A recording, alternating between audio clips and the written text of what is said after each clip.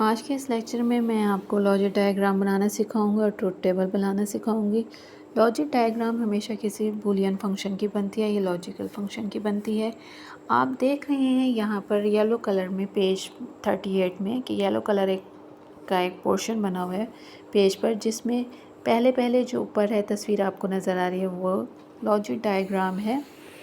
Gets का इस्तेमाल किया गया है बूलियन फंक्शन के लिए और नीचे उसी बूलियन फंक्शन को ट्रुथ टेबल में उसकी आउटपुट दिखाई गई है, इनपुट और आउटपुट। सबसे पहले मैं आपको लॉजिक डायग्राम बनाना सिखाती हूँ। लॉजिक डायग्राम किस फंक्शन की है, देखिए आप जरा गौर से देखें। A B plus A C, A B चूँकि आपस में ज़रब खा रहे हैं तो कौन सा गेट इस्तेमाल होगा यहाँ पर, एंड गेट। और फिर ए सी भी आपस में आप एक तरह से ज़रब खा रहे हैं तो इसके लिए कौन सा गेट इस्तेमाल होगा, ए सी, एंड गेट सॉरी। तो ये दोनों जमा के लिए कौन सा गेट इस्तेमाल होगा। अब ये दोनों जो आउटपुट हैं वो जमा हो रही हैं, यानी कि ए बी और ए सी आपस में जमा हो रही हैं, तो आखिर में कौन सा गेट इस्तेमाल होगा, और गेट। अब आप देखें गौर से, यहाँ पर देखें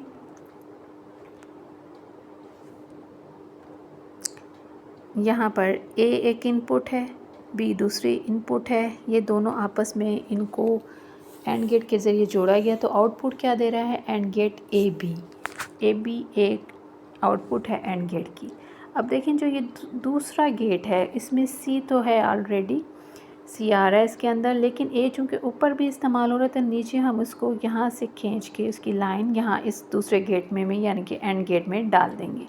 तो ए और सी भी एक इनपुट हैं, तो ये एंड गेट इन्हें आपस में ज़रब दे के क्या हमें आउटपुट दे रहा है, ए सी। अब ए बी और ए सी आउटपुट हैं किसकी, एंड गेट्स की। पहले एंड गेट की आउटपुट है ए बी, दूसरे एंड गेट की आउटपुट है ए सी। अब ये दोनों आउटपुट्स इनपुट बन गई हैं और गेट की।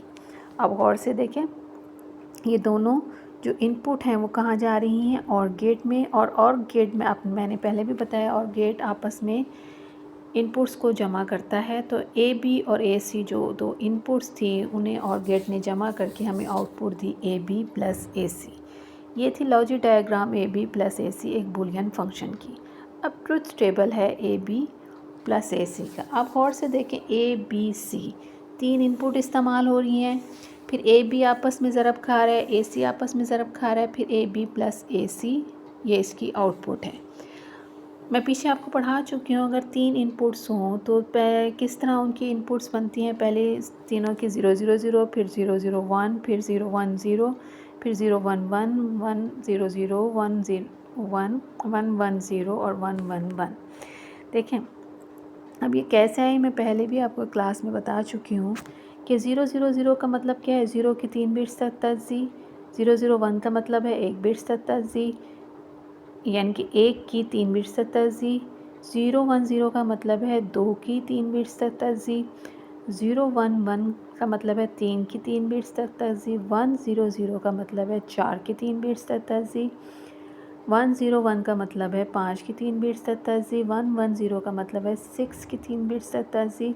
और 1 1 1 किसका मतलब है 7 की 8 बिट्स तक तर्जी। अब ये मैं आपको कर दिखाती हूँ किसी एक का। फ़र्ज़ किया मैं लेती हूँ 5 की 3 बिट्स तक तर्जी मैं आपको करके दिखाती हूँ। वैसे ही मैं आपको क्लास में करवा चुकी हूँ। 5 ये 2 से ज़रब खाएगा, 2 दूनी 4, बाकी क्या बचा, 5 में से 4 गए 1, ठीक है। फिर आप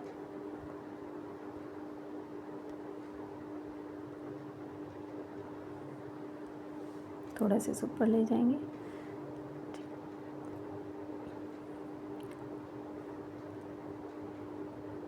फिर आप अब 2 से दोबारा 2 को तकसीम कर देंगे, 2 एकम 2, 2 में से 2 मानफी गए, माइनस हुए तो क्या बचा 0। तो आप देख रही हैं 5 की क्या आई हमारे पास तर्जी 1 0 1, ठीक है। यहाँ पर भी 5 की तर्जी आप देख रहे हैं 1 0 1, ये वाली है 1 0 1, ठीक है। उम्मीद है आपको ये समझ आ गई हो कि कैसे ए बी सी की हमने इनपुट ली है। अब देखें यहाँ पर है ए बी, ये वाला ए बी, ए और बी आपस में ज़रब खाएंगे। जहाँ जहाँ 0 आता जा रहा है जहाँ जहाँ ज़ीरो आता जा रहा है वहाँ आउटपुट भी ज़ीरो है। आप देखें यहाँ ज़ीरो है, ज़ीरो, यहाँ ज़ीरो है, ज़ीरो, यहाँ ज़ीरो है, ज़ीरो। कोई एक भी वन आ जाएगा तब भी, अगर एक ज़ीरो आ गया है और एक वन आ गया तब भी क्या जवाब आएगा? ज़ीरो। इधर देखें आप, यहाँ पर देखें ये और ये क्या हो रहा है? एक और zero zero, one one one one one one. ये मैंने गलती से डॉट लगा दिया था इसका, ये इसको डिलीट कर देते हैं। पहला क्या था आपका? ए और बी, ठीक है। ए और बी जहाँ जहाँ ज़ीरो आता जा रहा था वहाँ वहाँ क्या आ रही थी आपके पास? आउटपुट भी ज़ीरो आ रही थी। जहाँ वन वन आ गया तो वहाँ पर क्या जवाब आ गया आपका? वन। ये आप देख रहे हैं यहाँ पर, ये देखें, यहाँ ए भी वन था, बी भी वन था, जवाब वन आया। यहाँ ए भी वन था, बी भी वन था, जवाब क्या वन आया। इसी तरह आप ए सी को करेंगी।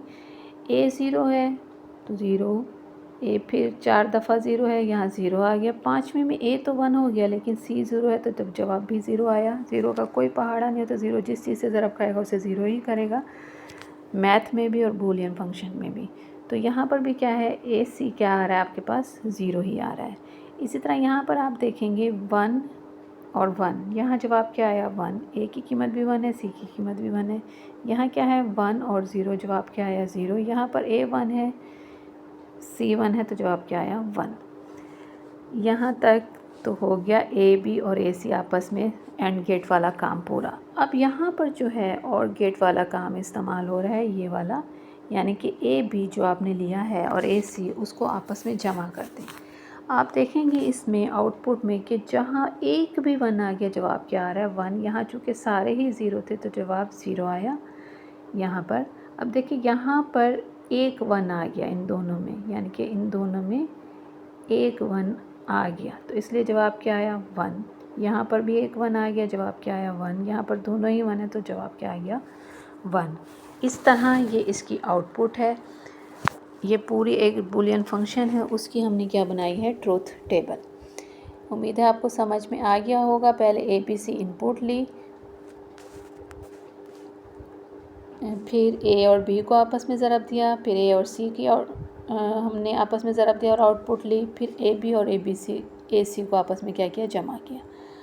अब बुक में क्या लिखता है वो आखिरी उसमें कि आपने डिजिटल सर्किट आपने बनाना है कंप्यूटर के लिए, तो उसके लिए आपको डिजिटल गेट्स इस्तेमाल करने होंगे, डिजिटल अलामतें इस्तेमाल करनी होंगी।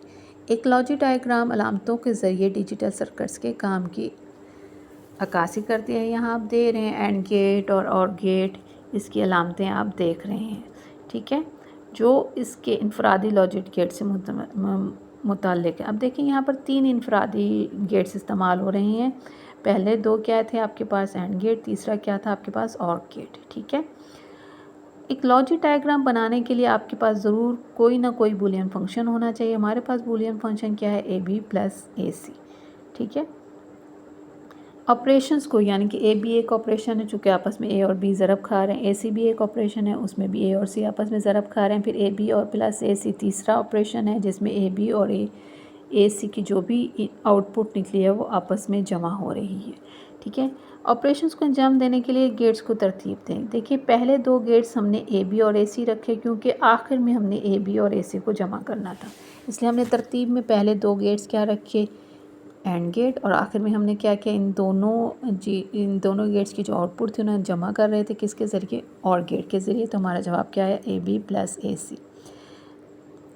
इस तरह आप सर्किट के फंक्शन को बयान कर सकते हैं। गेट्स की इनपुट, ए एक इनपुट है, बी दूसरी इनपुट है, सी दूसरी इनपुट है। फिर ए बी और ए सी और गेट की, आप देख रहे हैं ए बी और ए सी और गेट की क्या है? इनपुट है, और जवाब आउटपुट क्या निकल रहा है? ए बी प्लस ए सी। और एंड गेट की इनपुट, पहले एंड गेट की क्या थी? इनपुट ए और बी, जवाब क्या निकला? A B. दूसरे एंड गेट की इनपुट थी ए और सी, तो जवाब क्या निकला? ए सी। ये आप यहाँ पर भी देख सकते हैं। ये मैं भी आपको दोबारा दिखाती हूँ। गेट्स की इनपुट्स और आउटपुट्स को सही तरीके से आपस में लिंक करें। जब डिजिटल सर्किट्स आप बनाएंगे और उसका मुताला करेंगे तो आपको बूलियन अलजेब्रा और लॉजिक गेट्स का इल्म भी आना चाहिए। डिजिटल सर्किट्स को बनाने और उसको पढ़ने के लिए आपको पता होना चाहिए बूलियन अलजेब्रा, उसके लॉज और गेट्स कौन कौन से हैं जो आप पीछे सारे पढ़ चुके हैं। यहाँ पर